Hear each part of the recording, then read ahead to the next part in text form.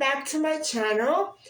And I'm a little late starting off today because I've been catching up with correspondence and other things that I need to get done. So, as you can see, I'm having another makeup free day. And, yesterday or the day before, I was supposed to bake bread, and I didn't end up doing it. I got carried away with my book. And so today I'm going to, I picked up a really good vegan recipe online, and I'm basically testing it out for you guys.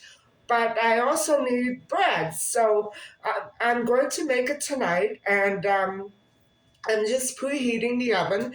And in just a couple of minutes, I'm going to take you through the ingredients and we'll get started. It's going to take just over a couple of hours and a half because it needs to rise. And I'm using yeast in this recipe because I found, with the other recipes, the bread kind of sat solid in my stomach. It was an uncomfortable feeling. And so I think I'm going to just start using yeast from now on. And but no eggs, a little oil. Unfortunately, I can't make it without oil, but it's 1/8 of a cup of oil, so it's not too much. And so anyway, I'm going to get started, and I'll show you my ingredients right here. So hang on.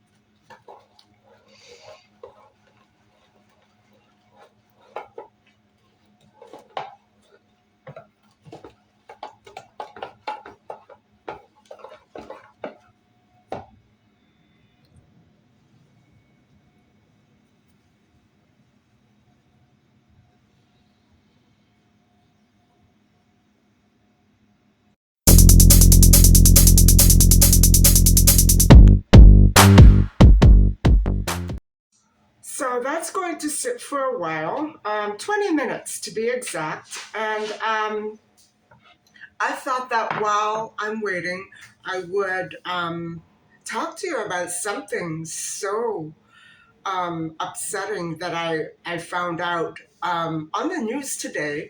It was a major headline. Actually, there were two similar stories, but the worst one, my goodness, the worst, I can't imagine which was worse. Um, and I don't like to talk about this online, but 18 girls were arrested in connection with the homicide of a man in his 40s in the downtown area of my city. And I don't know anything about this case. I hope I don't ever find out too much about this case because it's so disheartening to, you know, think about what circumstances might have led to that kind of passionate outburst of violence. I don't want to think about that. That's one thing I'm trying to get away with from, not with, from. And so exposing myself to stories like that really is, it sets me back because I am really, I guess you would call it paranoid of safety issues in my city.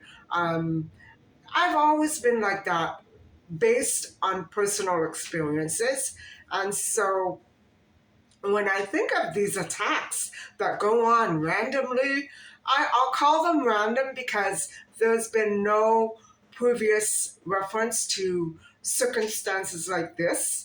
There have been similar crimes committed, say, for instance, at parties, daytime gatherings where familiar people gather. So even that is pretty incredible.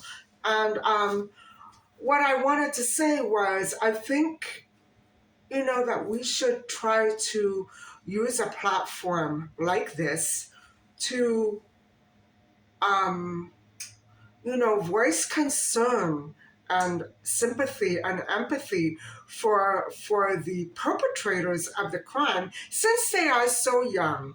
I'm not excusing any sorts of crime at all, but where were the parents and families and teachers and friends and loved ones of these 18 girls? I want to know, not so I can point the finger at or accuse anybody of anything, but just I want to know where they were before and after and during the times where that crime took place, and what might have been done to maybe prevent it or distract it, divert the activity from actually occurring. Uh, I think that these girls were probably, uh, discouraged, driven to some sort of passion where they felt that they had no more choice in the matter. I don't know. I don't know because I don't know anything about the case.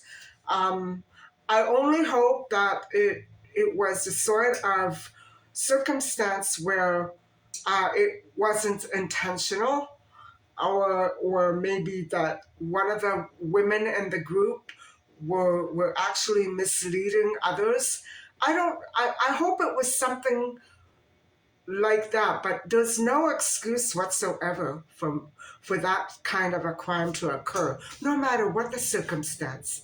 And unless we really understand the meaning behind gun bans and gun control, we'll never be able to get away from situations like this. Of course, I have heard of instances where victims turn on their attackers in moments of distress and desperation and despair. And so I I can't imagine 8 women doing it. I can imagine one, but 8? You know, we have to put an end to this sort of behavior in schools, on the streets, in the home, of course. I'm reading a novel right now where it implicates a murder within a family. I know that the circumstances may not be what they always appear. So, but domestic violence, especially, should be so discouraged and frowned upon. And I don't think anybody should be able to get away with it. I don't think that law enforcement and legal persons should turn their backs on domestic violence, because once you turn your back on that, that victim is left with no other alternative but to take matters into their own hands. So I think that this is a sort of platform where young people should be able to come to, not necessarily children, but young people in need of some sort of guidance, because um, turning on your attacker, oh, it's an idyllic dream for many people, but it's not a solution, and it's only going to make the situation worse, and it's going to make the victim appear to be a perpetrator instead of a victim. So don't. If you know somebody who's in trouble, um, the course of action, the legal course of action, is not always clear or easy. So I only hope that people who are in trouble out there do manage to get to the bottom of it legally. If you can't find an alternative within your own area or city or region, I would suggest that you try to travel elsewhere, and maybe with a friend or a relative, someone you can trust, and try to get the assistance that you need, and try to stay away from the perpetrator if you can, for as long as you can. Um, I think that we need to start listening to our younger people more and more, and start taking them more seriously, because victims of crime, if they're not adults, they still need to be taken seriously. I really think they do.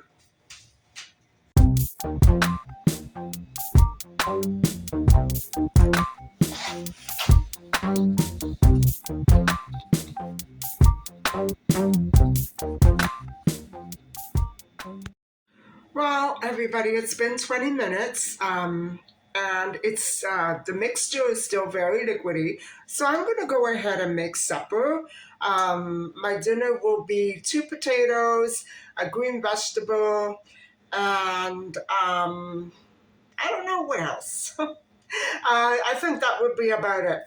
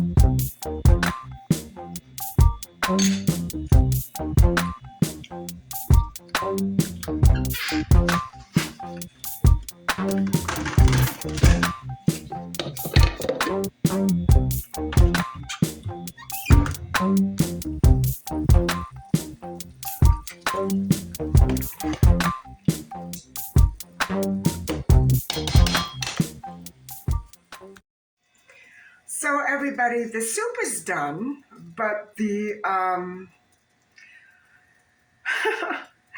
other mixture, the mixture for my bread, is still not done. Amazing that every time I turn to the internet for a recipe, I'm met with failure. But it might be the cold temperature in here. I'm pretty much sure that that has a lot to do with it because I don't have the heat turned on.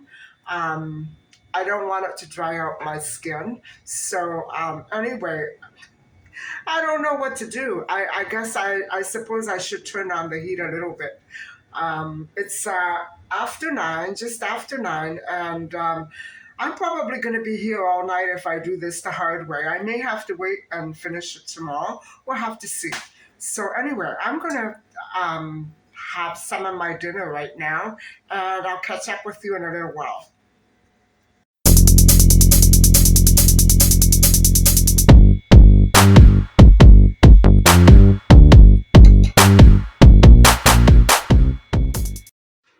So, I've been looking at the headlines again, and about what I was talking on yesterday, the in particular the violence that's going on around other countries in the world.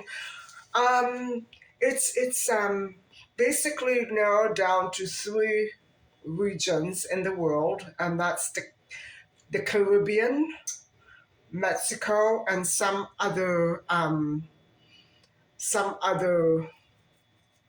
place. But those are the general areas where the violence is now occurring. And unbelievably, because those countries share a common problem, it's a very common problem.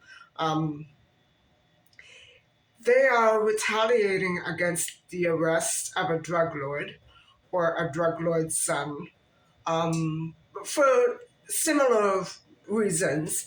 And the arrest was just occurred on January the 5th.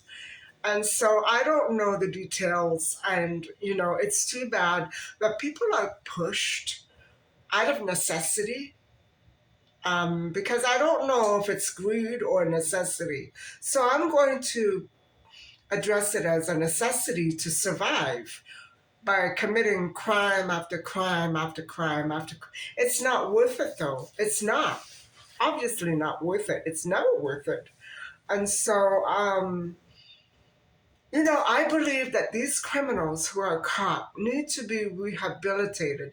They have wonderful skills, although they didn't put them to very good use. And so I think they need more assistance in attempting to turn their life around. I mean, if they have so much experience and knowledge on growing certain plants and producing certain um, medications and drugs and pills. They have a talent that can be turned around and worked into something very positive and contribute to the world. They can contribute their great skills to the world, a world that really does need a skill like that for health and well being. I'm not talking about getting high. No, not those kinds of pharmaceuticals. A different kind, the legal kind. You know what I'm saying? So, why is it that people who have the knowledge and the know how and the skills and the experience, why do they turn to a world of crime? I could never understand that. So guys, I had to add a little more flour to the bread mixture. And so in about 5 minutes, I'm going to try and see if it's solid enough to knead.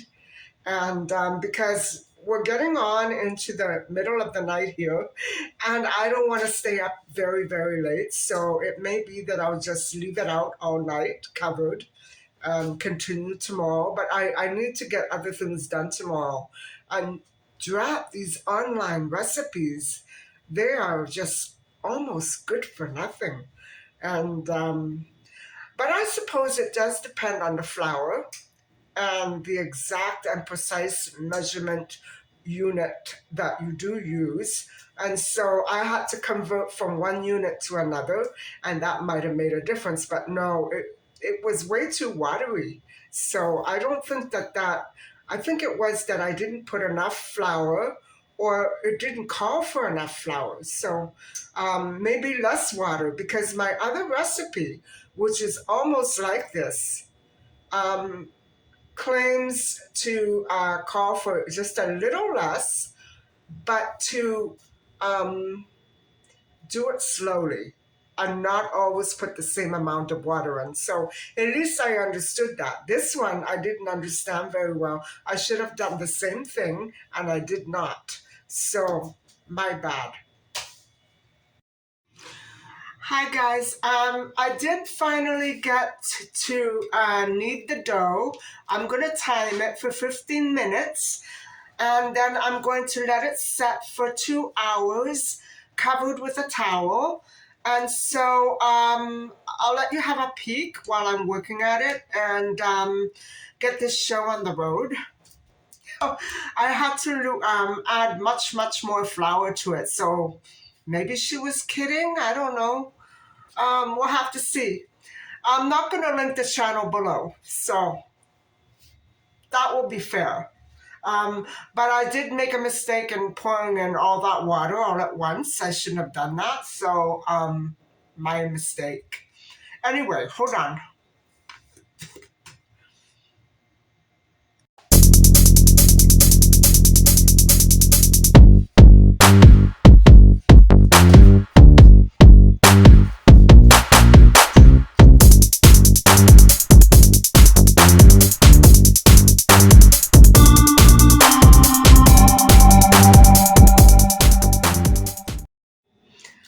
I have 5 more minutes of kneading to go. This wasn't too bad. I ended up putting in about another cup, 3/4 to another cup of flour. Um, and it was okay. It was fine. So I guess it could have been specified in that video, but I'm okay with that. Now I know, that no matter what I try online, it's probably not going to work out to a T. So anyway, I'll touch base with you in a few minutes. Okay, guys, so I'm going to let this set for about 2 hours, and I'll come back to it. I have to cover it with a towel, and it should be all right. It has to rise to double the size, so here we go.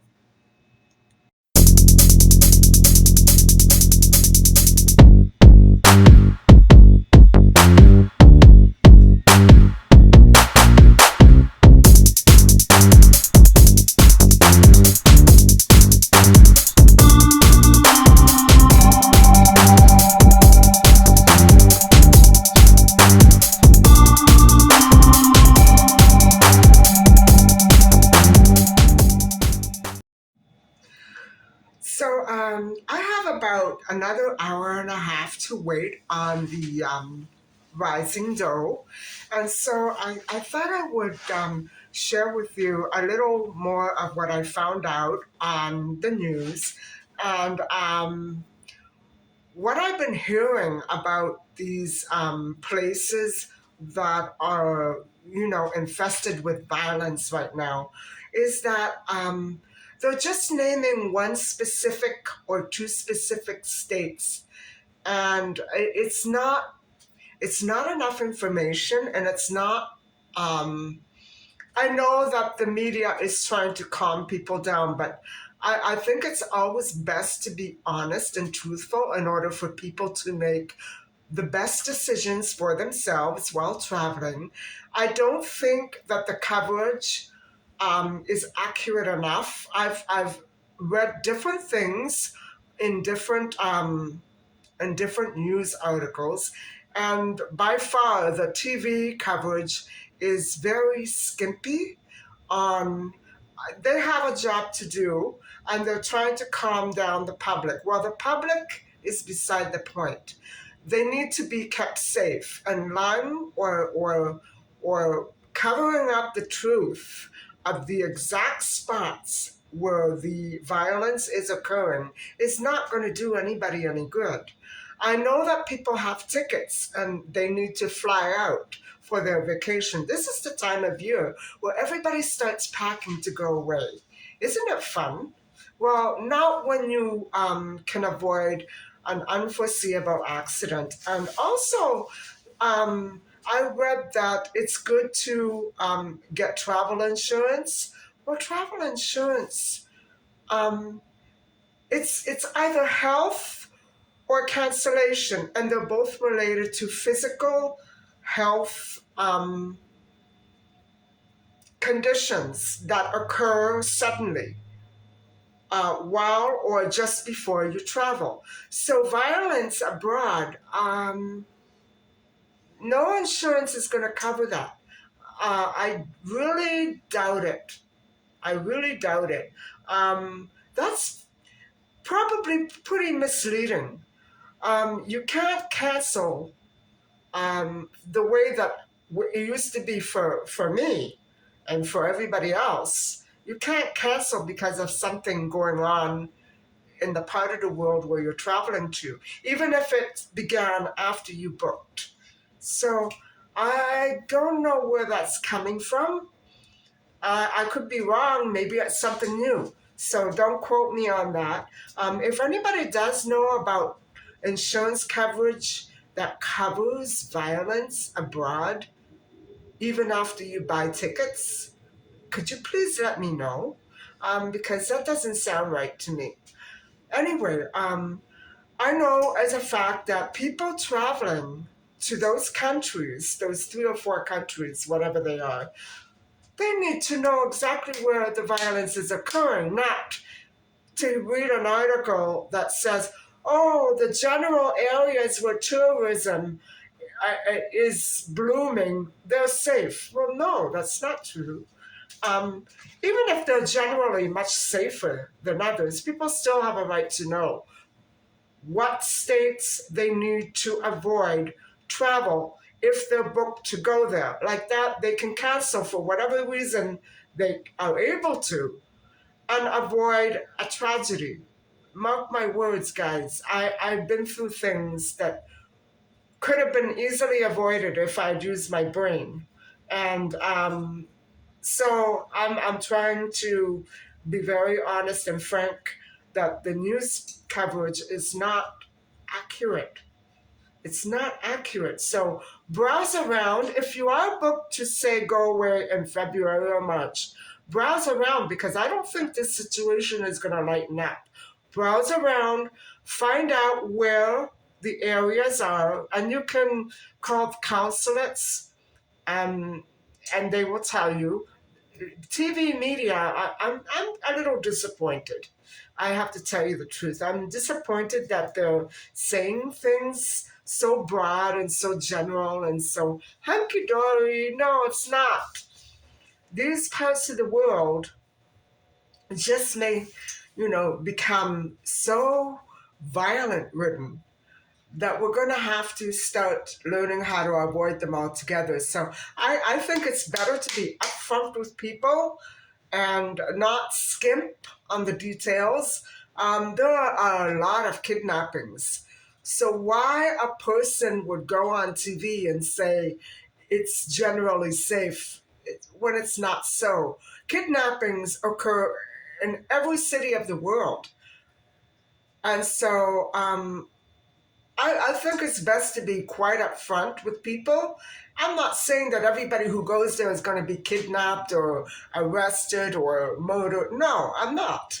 Just be more forthcoming with the details. The honesty is very lacking here. It's really lacking here.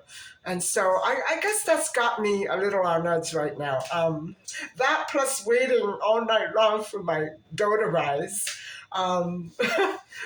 I don't know, guys. It's just not working out. My recipes have a way of backfiring on me, just for simple little details that I ignore. Anyway, I'm going to be updating you on what's going on in my new book. So hold on a few minutes and I'll be right with you. And so, where I left off with you last time was that um, Burke, the father of Laurie, who was just found washed ashore along the coast. Um, I'm not exactly sure where this takes place.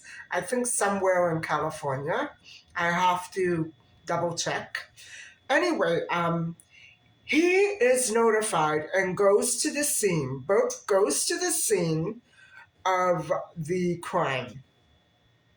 And Tara is still nowhere to be found. This is 48 hours after the mother and child went missing.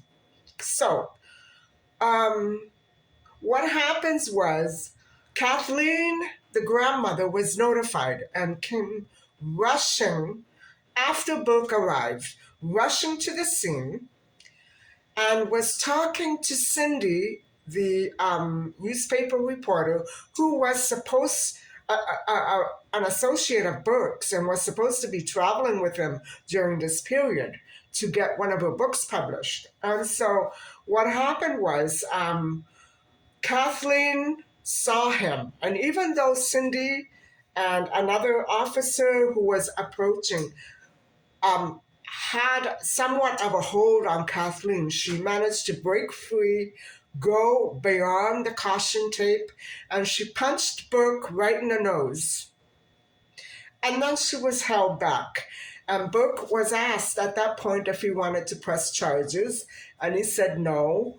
Did he want to go to a hospital? No. And so questions began to emerge. Have you heard from Tara yet? And Burke said, no, I haven't heard from her. I haven't seen her since that morning, 2 days ago. And so what happened was Burke gets into his car with Cindy and another officer, I think, who were going to drive him to the station so he could make a statement. This is what it hasn't happened yet, but that's what's occurring, the plan. And so after they get into the car, and a little bit later, Cindy is approached by the police chief who looks at the photographs and he says, okay, we need a good couple or three that will go with the story. And so he puts Cindy in charge of writing up a newspaper article about this crime that is occurring. And so Burke is in the photographs. And so the other woman who went to question Burke at his university where he taught, her name is Claire, and she's also there. So I believe that Claire and Cindy, Cindy and Claire are together in the car with Burke. That's what I am understanding at this point. And so then the chapter ends, and Cindy is overheard talking to Claire, saying, whatever happens, whoever the murderer is, they're going to get put away and put away for good because this is a horrific crime. And that's it. So that's where I'm at right now. And that is it's chapter 21. I'm starting chapter 21. So I'm going very slowly, aren't I?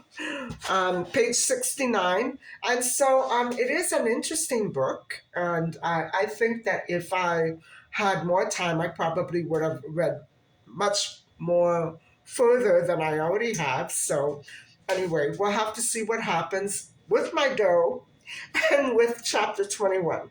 So I'll see you in a little bit. And I'm going to take off my contact lenses. So, guys, I didn't realize that my battery died, and I left it dying here for hours now. And so the dough didn't really rise that much. It has another half hour to go. I have to divide it and wrap it in plastic. So hold on and I'll show you what I'm doing. Hold on.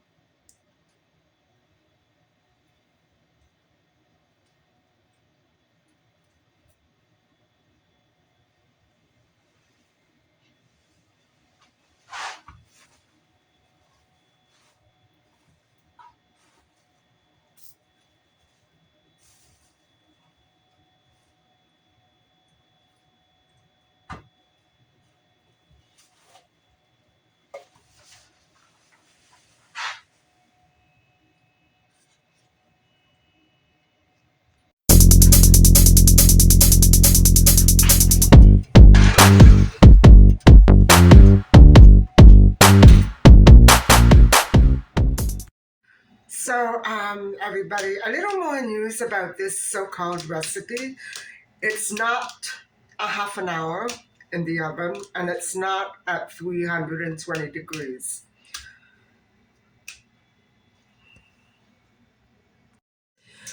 And so I was checking out some destination points again online because I don't know why I'm so curious. I guess I miss traveling. And I found out that there are so many warm and beautiful places that are very, very safe to go to. And so really highly recommend that if you are traveling, check out the travel advisory websites, and a great many of them. And most of them, or many of them, can be found on the site webs of consulates. And so I would, if you're thinking of going away and haven't booked yet, that's great because now you have a chance to look around and choose for a safe place to go to for your warm vacation. And there are a lot of destinations that are very good, and not experiencing any kind of turmoil whatsoever.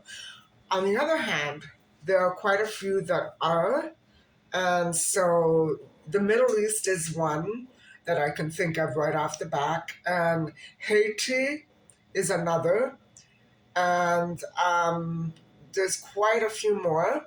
And so you can tell by the colors, green, red, and yellow. So most of the areas that the news is covering right now with this emergency, those areas are all yellow. Travel is okay. You can travel, and it's not banned, but you have to be extremely cautious. So, you know, I didn't check Venezuela. I wouldn't check Venezuela. So it's a shame how some countries can never seem to get out of their state of unrest. You know what I'm saying? It's really a shame. I feel bad for the local people. I'm not so worried about the tourists as much as I am the local people because they have to deal with it day in, day out. Tourists can pick up and leave whenever and wherever they are and whenever they want, but not so for a local. They can't do that. And so I think we have a little time for a tiny story time, and it's related to the topic that I've been talking on, unrest abroad. And I remember very clearly, um, while my dad was still alive, we had been living in our condo abroad for approximately 2 years, something like that. And I remember that winter. Now, my father passed away in 96. So, bear in mind, this had to have been before 94. Before 94, because I just realized that because of other circumstances in our lives, it had to have been before 94. So I remember it was one year that it may even have been the year that I had the dream about my first boyfriend being trapped in an earthquake. To me, it seems like it was the same year. And so it might have been 94. It might have been 94, but not 95 or 96. That for sure I know. It could have been before 94. So I remember that on the news, we used to listen to CNN in the evenings. And I remember this being at night, guys. And my parents were in the habit of coming up around sundown, which would have been approximately 6 o'clock. And I remember it was after dinner. It was one of those nights when we didn't go out, we stayed in.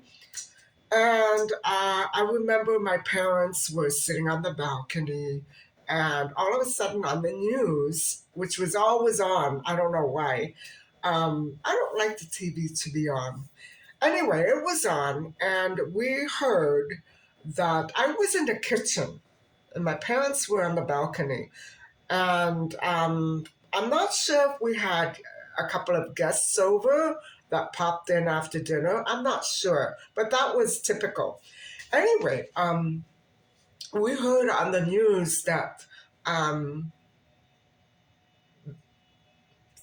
in the United States, a war had been launched, and it was the United States that shot the first whatever it was. Guys, this was so scary to me. It wasn't, I was absolutely unfamiliar with the concept of war. And I still pretty much am, although I know what's going on in a lot of parts of the world. And so what happened was we had previously always been to hotels. And so what happened was my father had received a message from a security guard. And I don't remember if it was that night or the next morning that my father was called to the airport um, because of one of his clients. They needed something so they could get home in a hurry. And I thought, why the heck would anybody want to leave this nice, safe place to go home and travel toward all that danger? Um, I remember we were discussing something like that. And my father did go to the airport. It was very sudden. I believe it could have been the next morning. I'm not sure because it was so long ago. But I recall him coming back white, and my father was pretty dark. Um, 2 minutes in the sun and he was black. And he said, never in my life have I seen such a madhouse. It was chaos at the airport. People, all the people that were in the city for a week or two, all fled to the airport, all on the same day, all in the same hour, as soon as they heard the news. And my father said, I couldn't calm anybody down. And he said they left against my advice. They had tickets to leave days from now. And he was shocked. He was shocked not only that people wanted to leave, but that people could be so panicked at the concept of war. And I do understand that if you're away from home, no matter where the war is, you want to be home.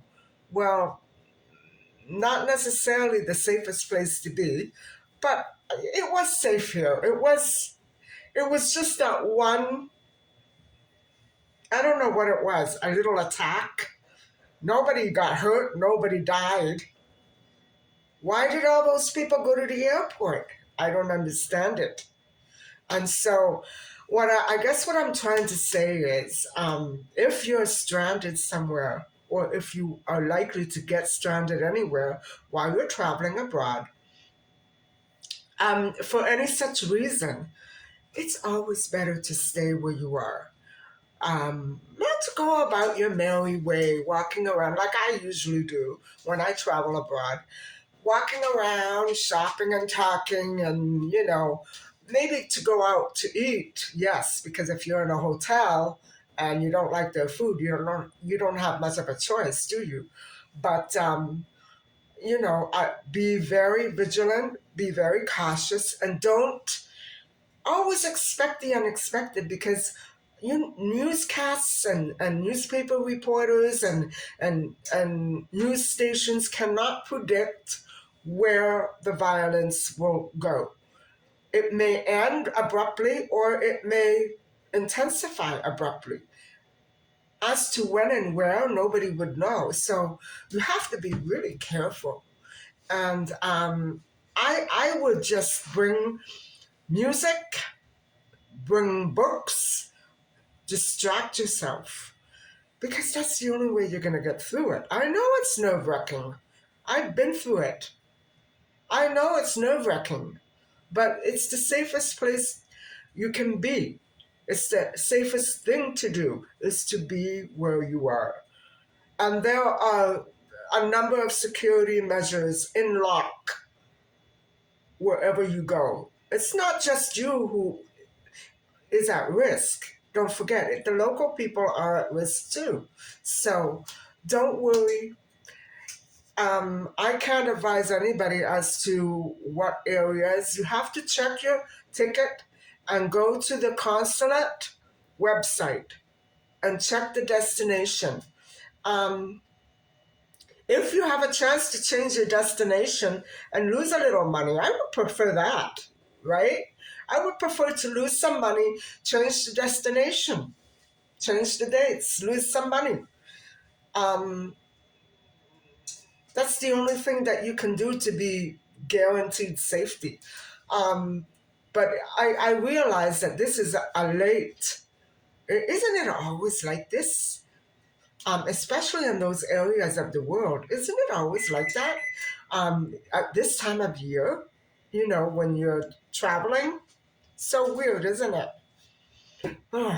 Anyway, I'm going to check my bread.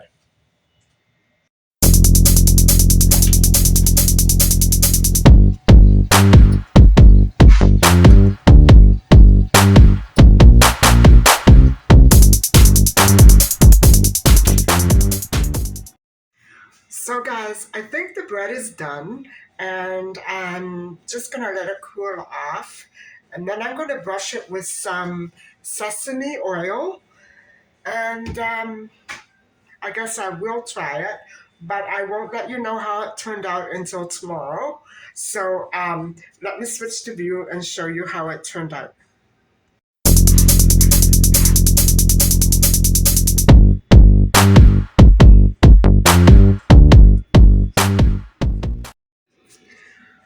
So, guys, I don't know if I'm going to like this bread very much. I'm going to have to try it out and let you know tomorrow how it is. Um, but anyway, I'm going to end the vlog here because this is kind of dragging on, and I should have done the bread another day. But if anybody out there is wants to share a bread recipe with me, please let me know in the description box below, or in the comment section below, I should say. And I'm going to just still keep on looking for another bread recipe to try out with you, maybe next week. And so thank you so much for listening and watching. And please don't forget to like and subscribe. Bye for now.